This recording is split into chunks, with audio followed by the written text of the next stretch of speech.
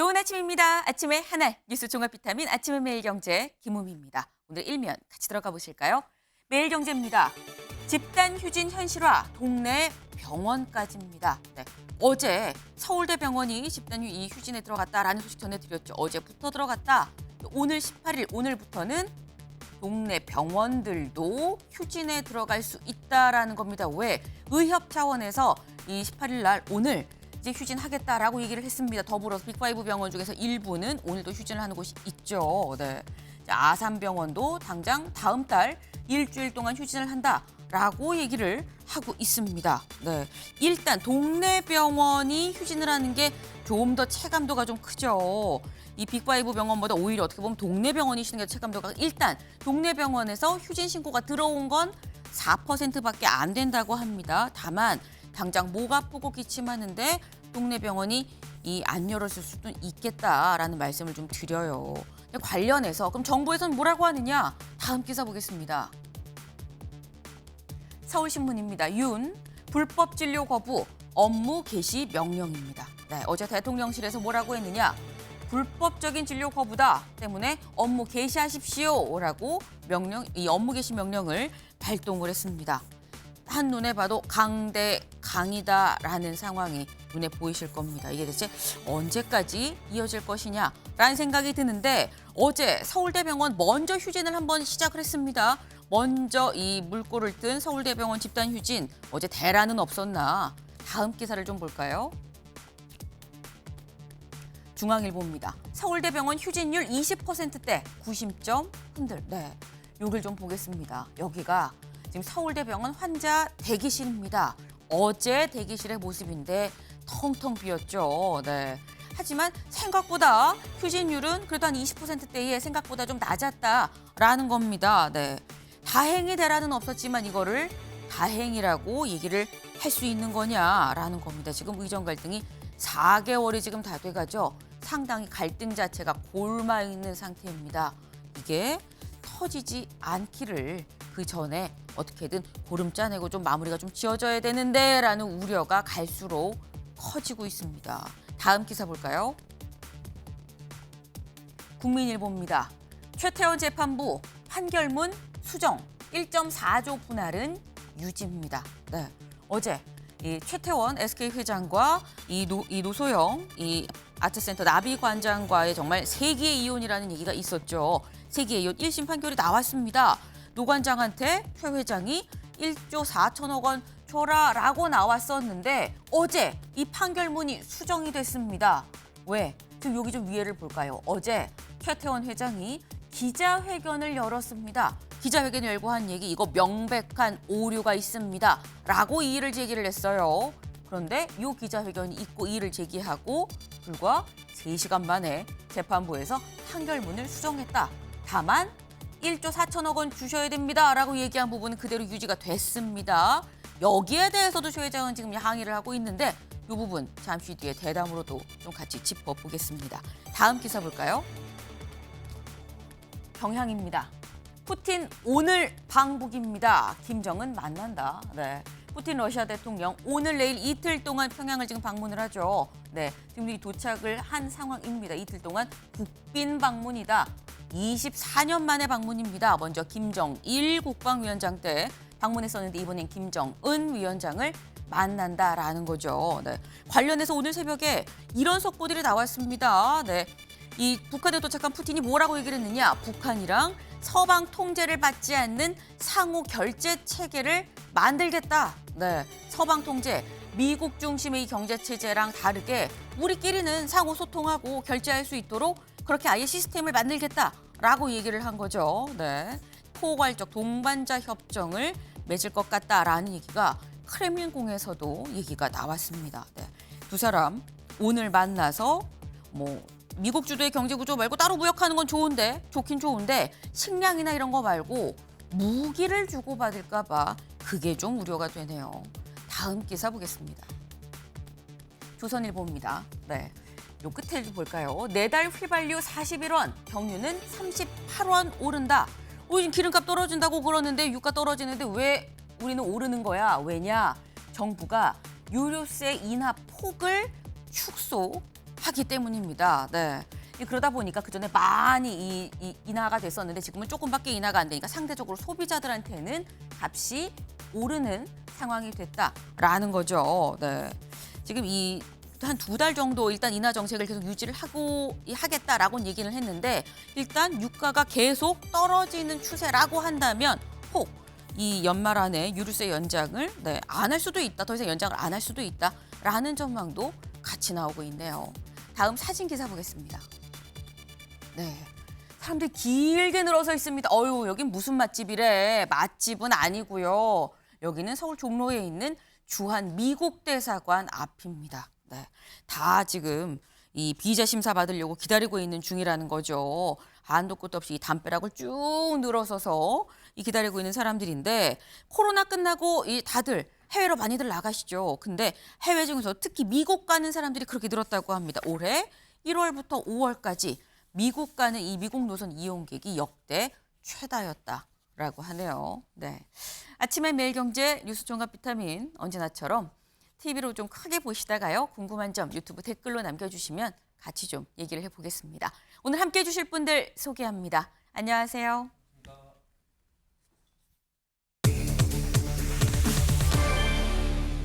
네, 첫 번째 키워드 발끈입니다. 발끈 기사 같이 볼까요? 불법 모르고 북의 현금 이화영이 바보냐? 연일 검찰 비판입니다. 여기서 말하는 이재명 대표입니다. 이재명 대표 어제 최고위가 있었습니다. 최고위 당대표가 주재하는 거죠. 그런데 최고회의 주재 후에 추가 발언을 자청을 해서 이런 얘기를 했다라는 건데요. 어제 모습 같이 보고 올까요?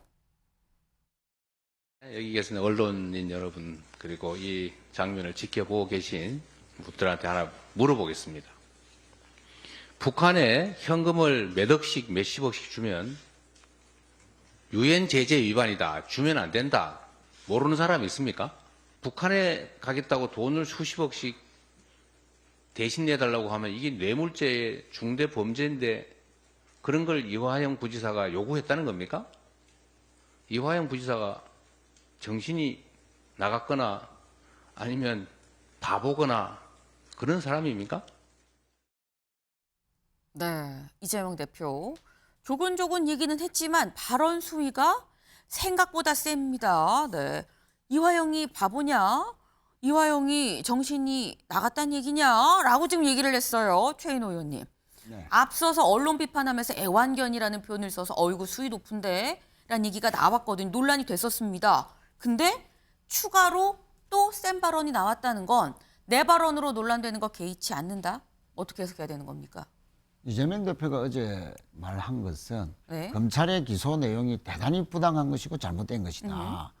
과연 대선 후보가 되고자 하는 사람이 네. 북한 방문을 대가로 쌍방울에게 100억이라는 어마어마한 금액을 뒷돈을 대달라, 뇌물을 바쳐라 라고 요구한 것으로 기소한 것인데 과연 그게 상식적으로 인정이 되고 납득이 될 만한 내용이냐.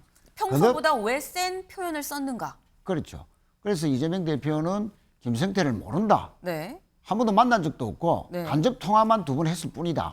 잘 아는 사람이 100억을 주면서 한 번도 만나지 않는 것이 상식적이냐. 네. 또 이하영 부지사는 이 사실을 이재명 대표에게 보고 안 했다라고 진술을 하고 있지 않습니까? 이것을 믿어야지 왜 검찰의 기소 내용이 자꾸 부각이 되고 안부수라는 국정원의 보고서처럼 네. 이 사건의 본질은 쌍방울이 대북 사업을 이용해서 주가를 조작하려 했다는 국정원 보고서도 있는데 왜 이거를 채택하지 않는 인실 판결만 더 부각이 되느냐에 대한 항변의 의미를 담아서 어제 그렇게 이야기했다. 항의성이라서 좀 더 표현이 셌다라는 말씀이신 거죠. 네.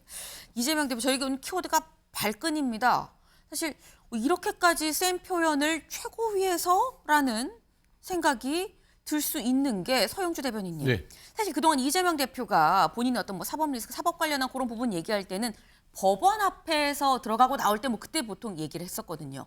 최고위에서 마이크 잡고 본인 사법 리스크에 대해서 얘기한 적이 별로 없지 않았나 싶어요. 그렇죠. 그러니까 본인의 사법 리스크와 민생을 좀 분리해서 가자라는 네. 것들이었죠. 왜냐하면 국민의힘이나 여러 가지 시각들이 이 전체적으로 이 최고위 자리에서 민생쟁의보다 본인의 얘기를 하게 되면 본인을 방어하기 위해서 최고위를 활용하는 게 아니냐라는 그런 비판을 좀 의식을 해 오셨던 걸로 알고 있어요. 네. 근데 이번에는 왜 그렇게 작심발언을 하셨냐면 네. 이게 이제 검찰이 이쯤 되면 진짜 묻지도 따지지도 않고 무조건 이재명 대표를 유죄를 만들겠다는 그런 좀 묻지마 기소에 대해서 이대로 둬서는 안 되겠다. 강대강으로 가겠다. 라는 강대강으로 그런 가겠다. 예, 의지인 것 같아요. 그래서 지금 보면 대통령 묻지마 거부권 행사하고 있고 검찰의 야당 대표에 대해서 2년 총선 뒤에도 참패를 한 국민의힘, 집권여당, 그다음에 이 정부가 더 가속화를 하는 것 같아요.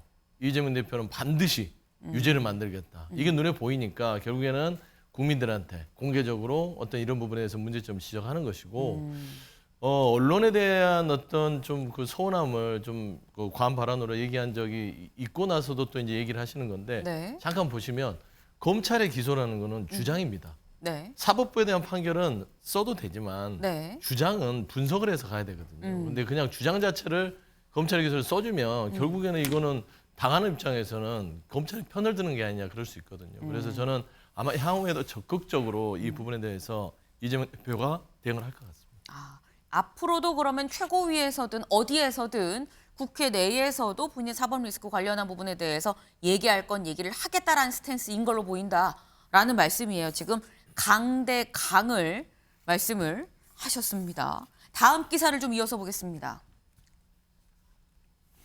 이재명, 이화영이 바보냐, 사법 리스크 방어, 총력.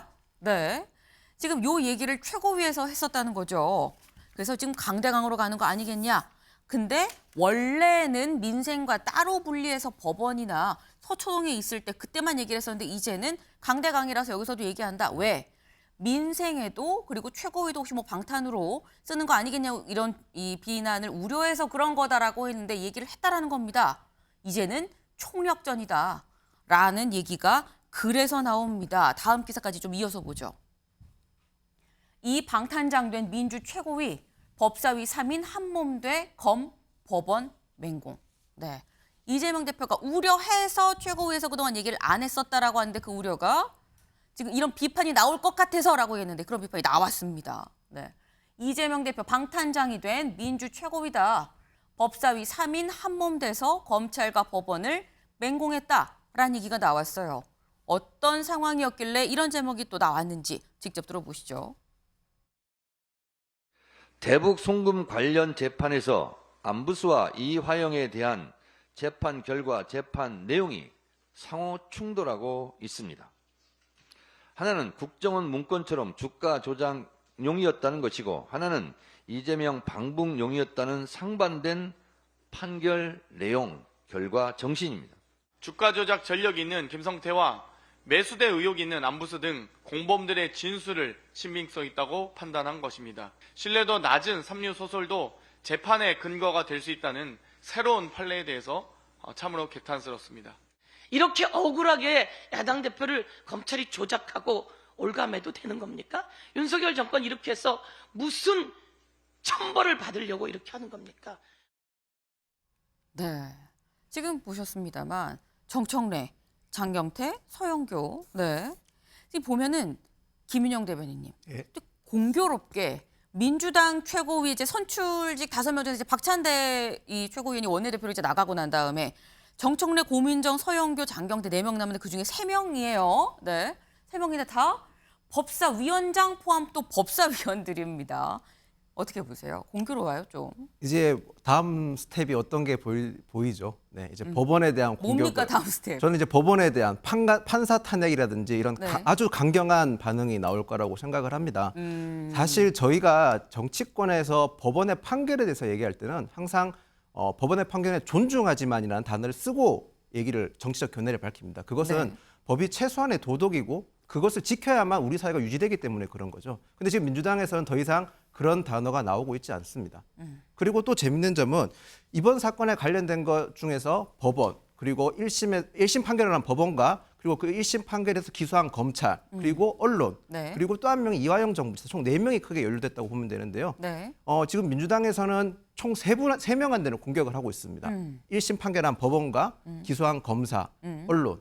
근데 이화영 전 지사는 공격을 하지 않습니다.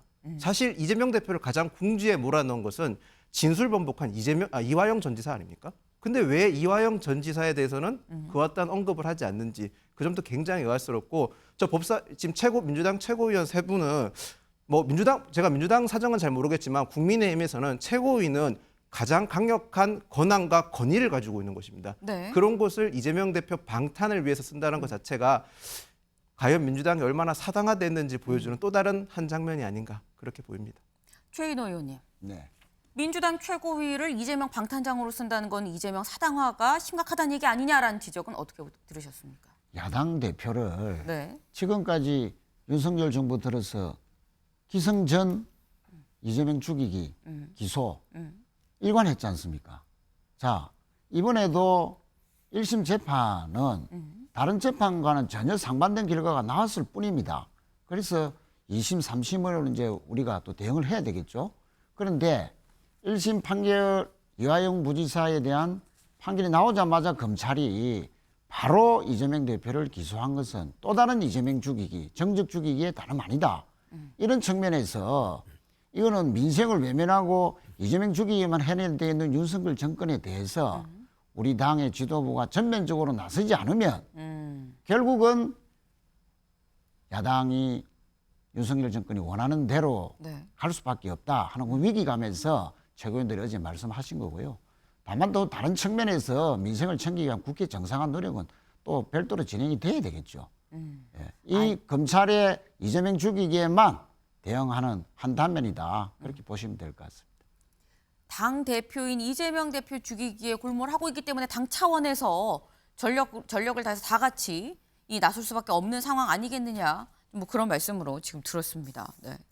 근데 지금 민주당에서 지금 강대강으로 이제 우리도 전면전이다, 총력전이다라고 지금 그런 스탠스로 지금 약간 변한 것 같아요.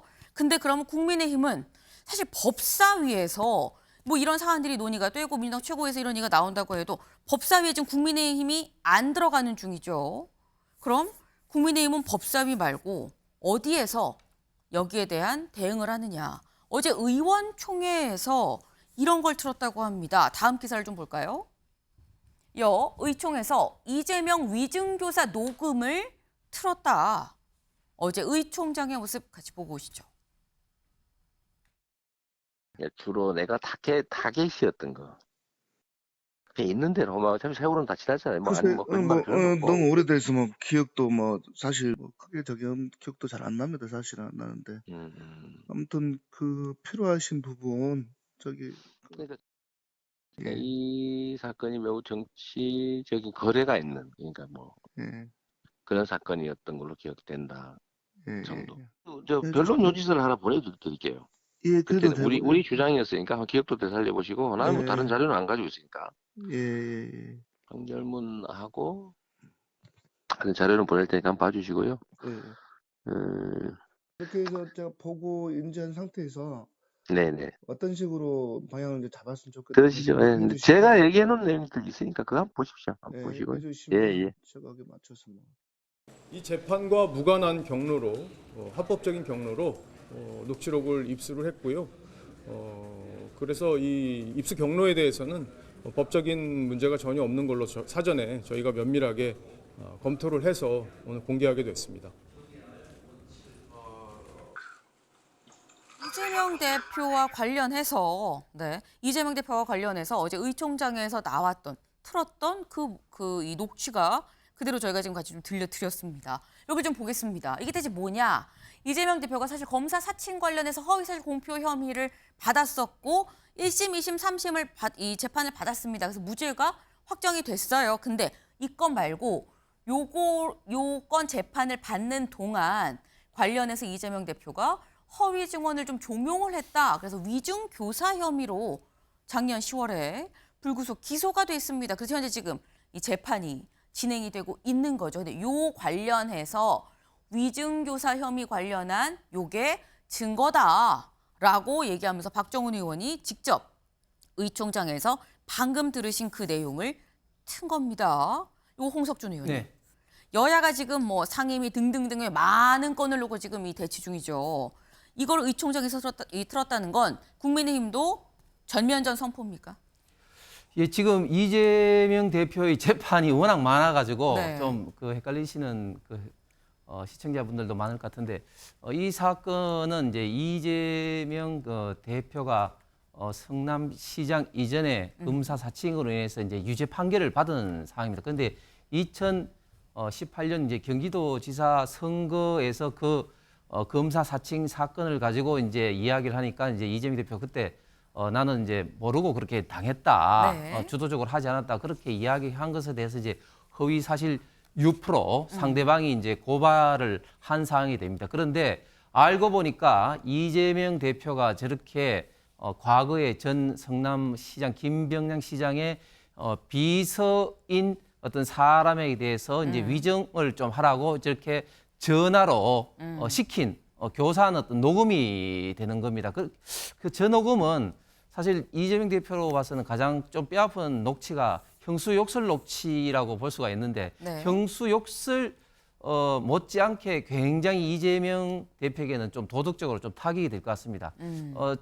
지금 국회가 마치 이재명 대표 방탄과 공격으로 인해서 지금 아수랑이 되고 있는데 저는 조금 전에도 이야기됐지만 이재명 대표의 방탄으로 인해서 왜 민주당의 다른 모든 의원들 최고위라든지 또 법사위라든지 이렇게 참전을 하게 되는 건지 네. 이렇게 국회가 이재명 대표의 어떤 방탄으로 해서 이 아수판이 되면 결국은 우리 대한민국이 불행한 거 아니겠습니까? 그리고 또 지금 민주당에서 이렇게 그 법사위를 비롯해서 이제 상임위를 이렇게 강하게 지금 현재 선점하고 지금 강압적으로 하는 것도 전부 다 이재명 대표 방탄하고 지금 관련이 돼 있는 것이고 그리고 지금 현재 지금 냉정하게 과거 그 검찰 그 수사 공소까지는 뭐 검찰 조작이다 이렇게 뭐 정치적으로 뭐 이야기할 수는 있다 보더라도 일단 1심 판결이 난 이화영 전 지사의 이런 어떤 내용에 대해서까지 이렇게 계속해서 사법부를 재판부를 공격하는 것은 우리 대한민국의 가장 중요한 헌정 질서인 사법의 독립성을 침해하는 저는 굉장히 지금 민주당이 하지 말아야 되는 그리고 이것으로 인해서 저는 오히려 더 민주당과 이재명 대표가 많은 국민들로부터 비판을 받을 대목이라고 생각을 합니다. 네.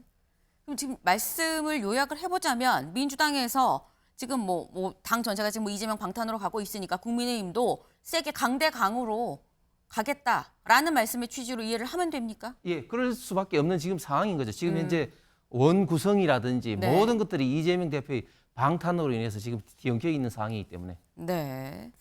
지금 뭐 이재명 대표의 뭐 방탄, 뭐 서초동. 사실 이 이재명 대표의 사법 리스크 얘기가 서초동을 중심으로 이게 나왔었습니다. 이제는 뭐 전면전으로 완전 이제 국회로 옮겨간 모습입니다.